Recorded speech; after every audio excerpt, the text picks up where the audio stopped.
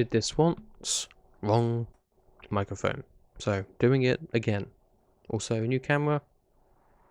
Got the background up, because we got the scale wrong for putting it properly on the banner art anyway, so it's there. Hope you enjoy it. Anyway, welcome back to Revolu Gem. It's time for another look at a Vox Machina character, and it's another caster, Keyleth of the Aeroshari. If you just want to check out the Pathfinder build, you can skip to the time code that's on the screen now. We're going to cover all of the 5th edition stuff, and then all the Pathfinder stuff, and then we'll compare them. Apart from that, let's get into it. Keyleth is a half-elven druid of the Aeroshari, a tribe of druids who guard the portals to the elemental planes. Keyleth's people are the Aeroshari, as I've said too many times already, so they protect the portal to the elemental plane of air from the town of Zephyr. When she was young, her mother, Vilya, left on her Aramente, which is a kind of a journey/ritual to visit the other tribes to gain knowledge to become leader of their people. Specifically the Aeroshari, the Voice of the Tempest, which is a cool name. However, she did not return. When Keyleth was old enough, she began the journey herself to become leader of her people and find out as well what happened to her mum. So you know, no pressure. Keyleth is often the moral compass of the party, which can cause conflicts with other party members, as well as other individuals Vox Machina come across on their travels. Mostly leads to her having empathy for those they encounter, more so than the rest of the party anyway, but sometimes leads to emotional clashes with certain individuals, for better or worse. Her somewhat lack of social skills lead to some very entertaining moments though, with both party members and people in the wider world. She's played by Marisha Ray, another voice actress, surprise surprise, as well as a host, producer and creative director. Many hats. Her early career really is a testament to how complex getting into the acting industry and just the creative industry in general can be, and is surprisingly Batman or Batman adjacent themed. She later became a creative director for some of Geek and Sundry's most successful years, before becoming creative director of Critical Role Productions when they eventually split. As for voice acting, she is the voice for Margaret in Persona 4 and various other Persona properties, a number of characters from Fire Emblem series, the voice of the female stormtroopers in 2015's Star Wars Battlefront, and recently Beverly in Date Everything, the personification of a beverage card. That game is wild. She also hosts a lot of stuff though, including the web series Superpower Beatdown from 2012 to 2016, Vox Machina from 2016 to 2021, and then Four-Sided Die from 2022 to present. Okay, back to Keyleth herself. Let's take a look at what she looks like in 5th edition first at level 1. Keep in mind this is our best guess, as 5e's changed quite a bit through the years. They started in 4th edition, then Pathfinder 1st edition, and then 5th edition when they got to 9th level, so things may be a bit different to what they were. Half-elves, of course, we've covered before, with Vex. No, with Vax. I've done it already. We'll cover it again with Vex in the future, though. They get a boost to Charisma. We'll have to say for Keyleth, I mean, she rolled a 6 for this, because she only has a 10 at the end, or at least a 10 at level 9, and that's with a +2 in addition to this +2 from her Circlet of Wisdom, which is an item we'll cover in a bit. And we also get to increase 2 other skills by 1. We have no idea what they are, so we'll see what makes sense when we get to the attributes. Standard movement speed of 30 feet, medium sized, they get dark vision and fair ancestry, which means they have advantage on saving throws against being charmed, and magic can't put them to sleep. They also know Common, Elvish and one additional language, which Keyleth has understandably chosen as primordial. Half-elven versatility gives them access to 2 skills. I don't believe the other options were in at this point for half-elves, those were added later, as this is likely going to be stealth and one of the other options. Our background for Keyleth is an Outlander, which is a classic choice and makes a lot of sense. We get the athletics and survival skills from this, and proficiency in a musical instrument, though I don't think this is ever particularly covered. And one language of our choice, I don't think this is chosen either. The Wanderer feature also isn't listed, and this has been the case across all the backgrounds so far. So that was pretty quick. Level 1 druids in 5e get 1d8 hit points per druid level. At first level that's 8 plus con modifier, and then 1d8 or 5 plus con at higher levels. Proficiencies in light armor, medium armor and shields, though not using any metal. Weapons being clubs, daggers, darts, javelins, maces, quarterstaffs, scimitars, sickles, slings and spears, and proficiency with the herbalism kit. They also get the saving throws, proficiencies in intelligence and wisdom, and can choose 2 skills from Arcana, animal handling, insight, medicine, nature, perception, religion and survival. Keyleth takes nature and either insight or perception, and then has the other one from half-elf skill versatility. There's another druidic language, which is the secret language of druids. You can speak the language and use it to leave hidden messages. You and others know the language automatically, can spot a message, and others can spot its presence with a DC 15 wisdom perception check, but can't decipher it without magic. And then they get spellcasting, which is drawing on the divine essence of nature itself. You can cast spells to shape that essence to your will. They have 2 cantrips at first level which you can choose from the Druid spell list, and you learn additional cantrips as you increase in levels. And then they get spells. You have 2 spell slots at first levels, and a number of spell slots equal to your wisdom modifier plus your level, which I think is 5 for Keyleth at first level, with how we'll end up with her scores going. You can change these out after any long rest from anything from the Druid spell list, as long as you've got a spell slot of that level. And you can also ritual cast spells, which means you take a longer amount of time to do it, but you do not expend a spell slot to do so. Spellcasting ability is of course wisdom, and spell saves and spell attack modifiers are figured out in the usual way, and you can use the spellcasting focus like an acorn or something. For spells, we're going to go with Thorn Whip and Druidcraft as cantrips, with Cure Wounds, Thunderwave, Fog Cloud, Goodberry and Entangle as our first level spells, though of course Keyleth can change these out if she so wishes, which is pretty cool.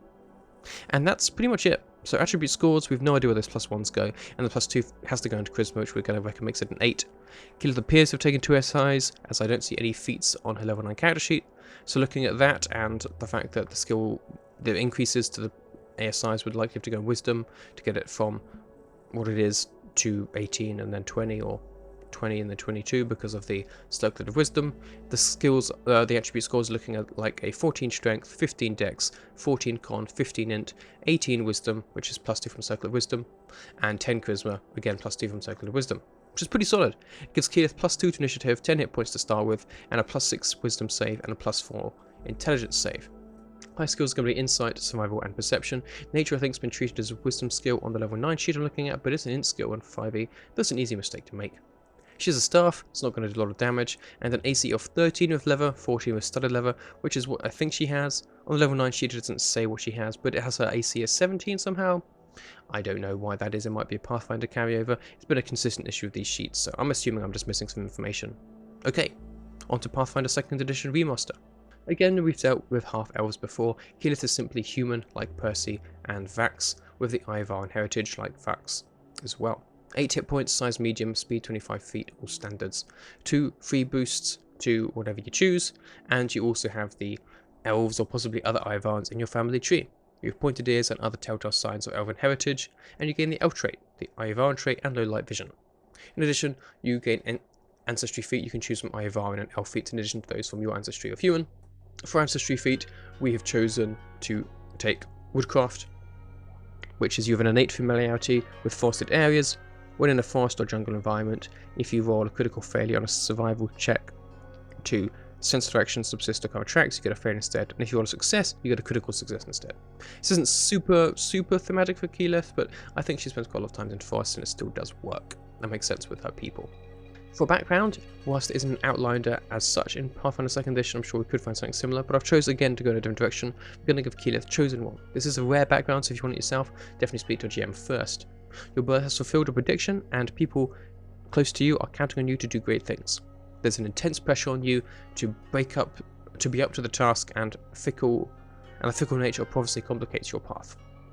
Choose 2 ability boosts, one must be strength or charisma, and one is a free ability boost. You decide with your GM the basics of the prophecy, in which you're meant to be a major part, and you're trained in one skill that relates to the prophecy. We've chosen survival, and the fortune telling lore skill. You also gain the prophecy's pawn free action. So prophecy's pawn, which is a free action, has the abjuration, divine, and fortune traits, and its trigger is when you fail a saving throw, attack roll, or skill check. You twist prophecy in your favor, which will have consequences down the line. It means you get to re-roll the failed check, and you must reuse the result of the second roll. But within the next 24 hours, the GM can force you to re-roll a success or a successful saving throw, attack or skill check, as fate balances the scale, and it's a misfortune effect. And you can't use Prophecy's Pawn again until the GM uses the option or 24 hours pass, whichever comes first. Now, Keyleth necessarily isn't directly chosen one, but I think lots of her story is still analogous with this. She has been given a destiny she clearly isn't entirely sure of, and there's an awful lot of people looking up to her for leadership and for answers, and she talks multiple times across the campaign about being unsure about destinies and choosing her own path, and so even if it's a little different, I think it fits well here. And fortune effects are pretty strong too, and it's kind of similar to how Vax has his luck feat.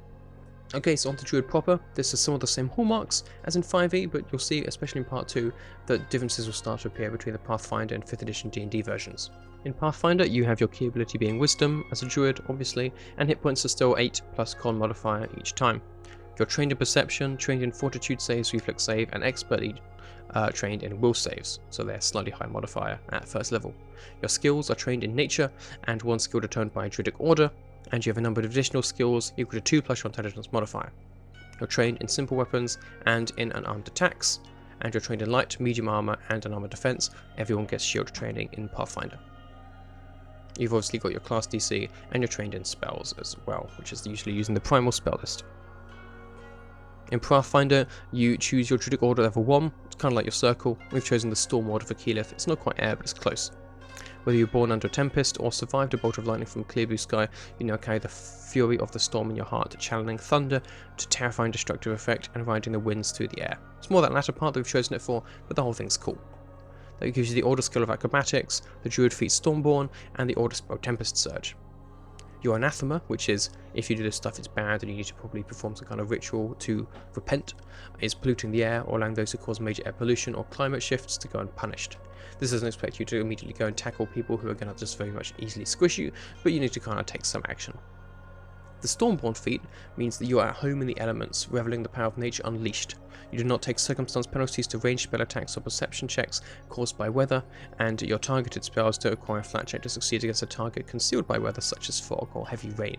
It's pretty useful, especially at high levels if your spells start to manipulate the weather itself. Druids also get the shield block reaction feat, which is cool. Remember, all classes can use shields in Pathfinder 2nd edition, and this means that if you've got your shield raised and you would take physical damage, you can use your reaction to mitigate some of it, which is always nice. Druids are definitely closer to the melee fighting in 5e, in Pathfinder even, as standard than I think they are in 5e. She also gets Wild Song, which is the Pathfinder version of Druidic, and Voice of Nature, which grants her either plant or animal empathy, and we've chosen plant empathy as Keyleth definitely feels close with plants, which gives you a connection to flora that allows you to communicate with them on a rudimentary level, and you can ask questions of, receive answers from, and use diplomacy skill with plants and fungi. It's useful. So that's quite a lot, but we still need to go for spells. Just before we do, we'll note that Keyleth is currently trained in acrobatics at +5, athletics at +4, fortune telling, law at +4, medicine and nature at +8, stealth at +5, and survival at +8. As here, medicine and nature are wisdom skills, not intelligence. We've also set her abilities, leaving her with +1 in strength, +1 in con, +5 in wisdom, including her circlet of wisdom, +2 in dex, +1 in intelligence, and +1 in charisma. Again, thanks to that circlet of wisdom. Okay. Onto spells properly now. These do work similarly for druids in Pathfinder as they do in 5th edition, in that you can choose from any common spell on the primal spell list for your cantrips and for your first level spells. Though you do get more cantrips, you start with 5 rather than just 2. You do then get to choose 2 first level spells, though this isn't 2 slots and having 5 options, this is you put 2 into those slots, so it could be the same spell twice. Those are what you have for the day, so you've got to be a bit more sure about what you're going to need. You do also get a focus spell, which we will cover shortly, which is a bit different and can be recharged between combats, though only has one usually, or two uses maybe in a combat at a time. So you can't use them as many times as cantrips, but they're a bit more powerful and you can usually use them once a battle. At this point we have chosen for Keyleth, though of course you can change them out. Electric Arc to keep within our roots as a Storm Druid, Elemental Counter, which is uncommon but feels right for an Ashari, Gale Blast to mirror Gust, Prestidigitation, which is not Druidcraft but it's close, and Tangle Vine, as it's kind of like Thorn Whip. At first level we've taken Heal, which is like Cure Wounds, and Thunder Strike, which is at least somewhat similar in vibes to Thunder Wave. Electric Arc deals electricity damage and it can deal it to one enemy, or it can potentially jump to another enemy if they've done in range, if they fail a basic reflex save. Elemental Counter is kind of like a counter spell, but only for specifically elemental spells, and it, is only a cantrip, so it's easier, and you expend a actual spell slot to use it. It's a reaction if someone casts a spell that's like fire, got the fire trait, and you have a spell in level 1 as it's got a water trait, you can use Elemental Counter to try and counter that spell with yours. It's a little bit complicated, but different spells can counter different things of different elements essentially, but it's pretty cool and thematic, even if not always useful. Gale Blast pushes enemies away if they fail a fortitude save and deals a bit of bludgeoning damage. Tangle Vine is a spell attack that doesn't deal damage but reduces an enemy's speed, or if you could succeed, reduces their speed and immobilizes them, and then they can try and break free, but that does cost them actions. And then for spells, Heal does a varying amount of healing, whether it's 1 action, 2 or 3. On 1 it's a touch heal, 2 is a range 30 feet and plus an additional 8, and 3 is an AoE 30 feet, healing everything for 1d8 or damaging any undead within the area for 1d8 as well. Thunderstrike deals 1d12 electricity damage and 1d4 sonic damage to an enemy if they fail a basic reflex save, and a target wearing metal armor or made of metal takes a -1 circumstance bonus to its save, and if it's damaged they become clumsy 1 for 1 round. They also have the focus spell, which we mentioned, which is Tempest Surge, which is similar to Thunder Strike. It's got range 30 feet, it's basic reflex save again, and if they fail it, it's 1d12 electricity damage to the target with a basic reflex save. But on a failure, the target is clumsy 2 for 1 round as well, which is more powerful clumsy, and not only if they're metal, it's just automatic. So it's a bit more strong in that sense, as clumsy is pretty crazy. Okay, with all that covered, let's double check and see what differences we have with our Pathfinder character against our 5th edition one. Our race gave us +2 to charisma and +1 to 2 other skill attributes in 5th edition. We just got +2 to 2 things in Pathfinder. 30 feet speed and medium versus 20 feet speed and medium is basically the same in both. Dark vision we have in 5th edition, low light vision in Pathfinder. It's not quite as powerful, but it's better than nothing. And then we get 8 hit points in Pathfinder, which we don't get in 5th edition. For backgrounds, we got common, elvish and primordial against common, elvish and we'd say fey from our background, potentially in Pathfinder, though we do get additional languages, which we should note. We've also taken Surasan, which is the air spoken language, essentially the air elemental language, does not cover all like primordial. We have skill versatility as well from on backgrounds. Yeah, that's my mistake, I don't know why I said that. But our ancestry feats do have more versatility because we can take human ones, elf ones, and Ivar ones. And while that hasn't helped us right now as much, we will get more ancestry feats as we level up, which we do not get more skill versatility as we level up. So that's still worth keeping in mind. And we get Fey ancestry from 5th edition, allowing us to be resistant to magical effects to charmers and put to sleep, which we do not have a candor for in Pathfinder. Now, on to background, we have survival from both, and then athletics in 5e and fortune telling lore in Pathfinder. We get proficiency in a instrument of some kind, which hasn't really been used. We get prophecies pawn though, which is potentially quite powerful and very fun in Pathfinder, as well as +2 to strength or charisma, and +2 to something else, which is no counter thing in 5e. We've got +2 across the board for strength through intelligence in Pathfinder and in 5e, and then +4 to wisdom and a +0 to charisma, whereas we've got +1 strength, +2 dex, +1 con and +1 intelligence in Pathfinder, +5 wisdom and +1 charisma, those last two thanks to that circlet.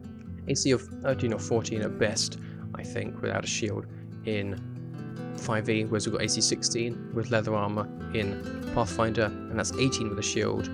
HP of 10 in 5e, 17 in Pathfinder, +2 to initiative and +6 perception in 5e because initiative is based on dex, but it's based usually on perception in Pathfinder, so that's a +8 for perception and for usually initiative. On spells we get 2 cantrips in 5e versus 5 in Pathfinder, and we have 5 spells to choose from at first level, but only 2 slots, whereas we just have 2 spells to choose from for our 2 slots that are first level slots. Or first rank slots, I should say. In Pathfinder, we do have our third, our focus spell, which is kind of like a third first rank spell. Spell attacks are +6 in 5e, DC 14, they're at DC 8, DC 18 and +8 in Pathfinder. And then we get Druidic and Wild Song, which are basically both the same, but in Pathfinder we also get Plant Empathy, Stormborn, and our Shield Block. We're proficient in Intelligence and Wisdom saves at +5 and +6 in 5e, whereas in Pathfinder we have Fortitude saves at +4, trained, Reflex at +5, trained, and Will at +10, expert. Those ones are pretty good. We have 6 skills in 5e, and highest being +6, Insight, Perception, Survival. 7 skills, slightly more in Pathfinder, highest at +8, which is Nature, Medicine, and Survival, which are all Wisdom. Training in simple weapons and unarmed attacks gives you a few more options than clubs, daggers, darts, javelins, maces, quarterstaffs, scimitars, sickles, slings, and spears, but, you know, that's still quite a few options, but a few more in Pathfinder than in 5e. And then you get light and medium armor and shields in both, though there's no metal issue in Pathfinder at all. And then we also do get a herbalism kit in 5e. Training for that would just probably come from nature or something similar, though, in Pathfinder, rather than being a specific kit. As for spells, we have our 2 cantrips against 5, and then our 5 spells against sort of 2 or 3, we've already covered those. And then finally, let's just do a little weapon comparison, though it's the staff and it's barely going to get used. We've got 1d6 plus 2 from strength, bludgeoning. It's 1d4 on the character sheet, but 1d6 according to a 5e.